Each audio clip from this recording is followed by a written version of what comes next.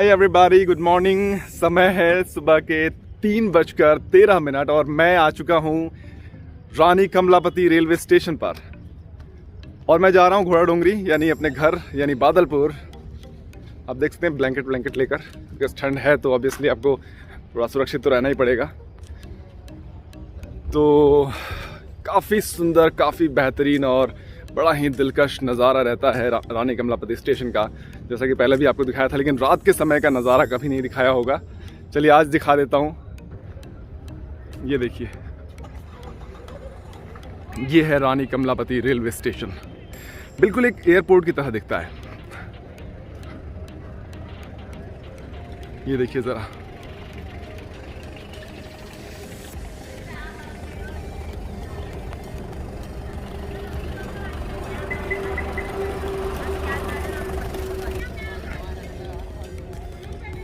मैं बस 3:44 की ट्रेन है मेरी एंड लेट्स सी। मैं समय से थोड़ा पहले ही आया हूँ बिकॉज़ काफ़ी ज़रूरी है। मास्क पहन लेते हैं बिकॉज़ 2 गज दूरी मास्क है ज़रूरी। हालांकि कोरोना के केसेस काफ़ी कम हो गए हैं, बट फिर भी मास्क पहनना ज़रूरी है। ये देखिए, ये है रानी कमलापति रेलवे स्टेशन। सुबह के 3:13 हो रहे हैं। यहाँ भाई साहब बैठे हुए हैं और जनता बिल्कुल नहीं दिख रही है बिकॉज़ इतने समय बहुत कम ही लोग यहाँ पर होते हैं। चलिए मैं ऊपर जाता हूँ, मिलता हूँ आप लोगों से। तो देखिए, ये है रानी कमलापति रेलवे स्टेशन। बिल्कुल एक एयरपोर्ट की तरह दिखता है और बहुत ही बढ़िया लगता है। और मुझे जाना है 4 नंबर प्लेटफॉर्म पर, तो मैं आगे की तरफ बढ़ रहा हूँ। आप देख सकते हैं यहाँ पे 2 और 3 नंबर लिखे हुए हैं।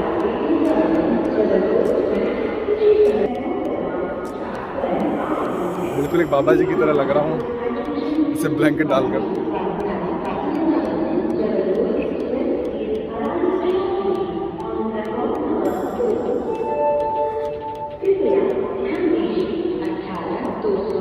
आप लोग बताइए कमेंट करके कि कभी आपने इतनी रात में ट्रैवलिंग की है, और अगर की है तो कैसा लगता है, क्या रहा है आपका अनुभव, क्या क्या प्रॉब्लम्स आपको फेस करना पड़ता है और किस तरह की दिक्कतें आती हैं, वो भी आप मुझे कमेंट करके ज़रूर बताइए। थोड़ा एक्चुअली सेफ़ नहीं होता है इतनी रात में ट्रैवल करना, लेकिन फिर भी अब कई बार कुछ ऐसे सिचुएशंस होते हैं, आपको रात में ट्रैवल करना होता है। बिकॉज़ सुबह 10 बजे एक ट्रेन थी मेरी, मतलब मुझे मिलती है यहाँ से बादलपुर के लिए, लेकिन उसमें सीट्स नहीं थे, एक भी नहीं थे, इसलिए मुझे इस वाले ट्रेन से जाना पड़ रहा है। ये एक्सीलेटर के माध्यम से मैं नीचे जा रहा हूँ। सो गाइस, मैं आ चुका हूँ प्लेटफॉर्म नंबर 4 पर और मैं हूँ तैयार ट्रैवल करने के लिए बादलपुर की तरफ। और लेकिन मेरी ट्रेन अभी आने में लगभग 20 से 25 मिनट का समय लगेगा, तो मैं वेट करूँगा, कहीं बैठता हूँ और फिर इंतज़ार करता हूँ ट्रेन के आने का। ज़्यादा लोग नहीं है अभी प्लेटफॉर्म पर बिकॉज़ इतनी रात में बहुत कम लोग ही ट्रैवल करते हैं। तो आप देख सकते हैं कि पूरे प्लेटफॉर्म पर सिर्फ 10-15 लोग ही आपको दिख रहे होंगे।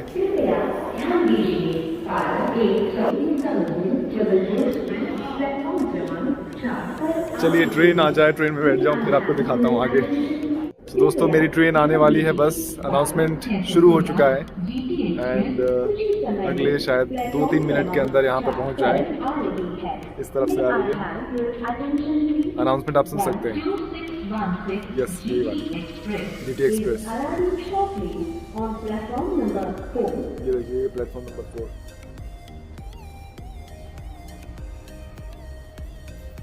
चलिए मिलते हैं ट्रेन के अंदर। दोस्तों, ट्रेन में बैठ चुका हूँ और ट्रेन चल चुकी है और रानी कमलापति स्टेशन से अब हम लोग निकल चुके हैं। आप देख सकते हैं, आगे मिलते हैं दोस्तों।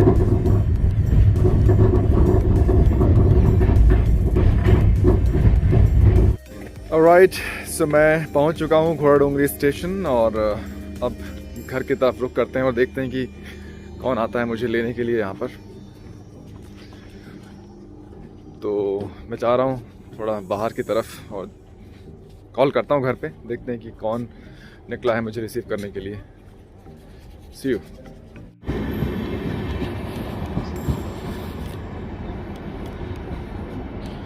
तो ये ट्रेन निकल चुकी है और मैं भी निकल चुका हूँ।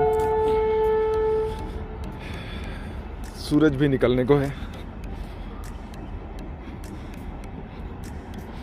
ये है घोड़ा डोंगरी रेलवे स्टेशन। तो मैं निकल चुका था स्टेशन से, लेकिन मेरी किया रास्ते में थी और ये आ चुके हैं मुझे लेने। तो अब मैं घर की तरफ निकलूँगा।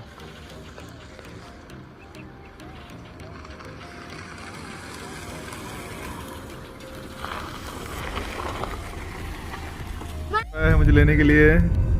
अंशु, मुझे लेने आए हो? हाँ। तुमने मुझे बुलाया था इसलिए मैं आ गया। देखो, तुमने कहा था ना मामा जल्दी आ जाओ। मैं आ गया। और आपकी वो पुरानी वाली घड़ी कहाँ गई? और ये वाली ले ली है? वो वाली मैंने रख दी है वहीं ऑफिस में, मतलब वहीं भोपाल में। तुम क्या करोगे बाबू, तुमको पढ़ने लिखने तो आता है नहीं। आता है, उसमें पूरा इंग्लिश में है। दोस्तों बहुत बहुत ज़्यादा ठंड है और यहाँ पे तो खासकर टेम्परेचर बहुत ही ज़्यादा बहुत कम हो गया है। तो वहीं बैठा अंशु, मत करो गाड़ी चलाने में डिस्टर्ब होगा, साइड हो जाओ। चलिए घर चलकर दिखाता हूँ घर के क्या हाल चाल है।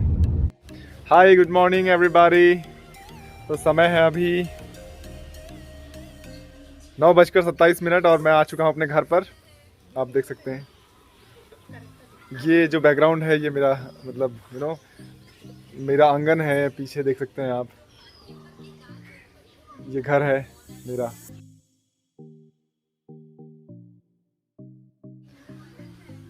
तो बस आज की जो भी एक्टिविटीज़ रहेंगी वो मैं आपको बताता रहूँगा जहाँ भी जा रहा हूँ, बिकॉज काफ़ी दिनों बाद मैं गांव आया हूँ। मेरे ख्याल से शायद 2.5 महीने हो चुके हैं।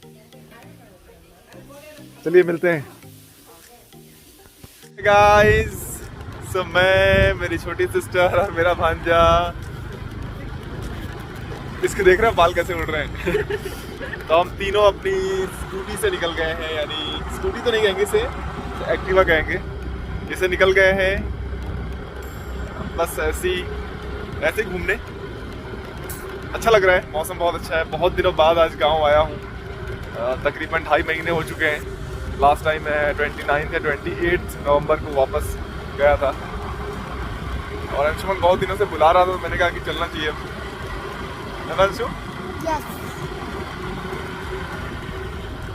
तो बस अब थोड़ा घूम घाम कर घर जाएंगे, उसके बाद खाना खाएंगे। यहाँ पर आप देख सकते हैं कि सरसों की खेती हुई है और सरसों लगे हुए हैं यहाँ पर। ये भी सरसों है। इस बार सरसों की खेती काफ़ी ज़्यादा मात्रा में हुई, क्योंकि सरसों का जो रेट है इस साल काफ़ी अच्छा रहा। सरसों के तेल का भी जो रेट है वो काफ़ी बढ़ गया है, इसलिए किसान काफ़ी ज़्यादा दिलचस्पी दिखा रहे हैं सरसों की खेती में। और सरसों की खेती आप इस तरफ देख सकते हैं। अभी थोड़ा लाइट थोड़ी कम हो गई है, इसलिए आपको उतने अच्छे से नहीं दिख रहा होगा, लेकिन फिर भी आप देख तो पा ही रहे होंगे। तो जिनके पास भी पानी की थोड़ी बहुत व्यवस्था है वो लोग सरसों की खेती कर रहे हैं। तो ये है यहाँ के नज़ारे, खेती और यहाँ के रोड। बने रहिए मेरे साथ। तमाम दोस्तों में शेयर कीजिए। क्या बात है, क्या अंशु, क्या अपने तमाम दोस्तों में शेयर कीजिए। ठीक है, बाय।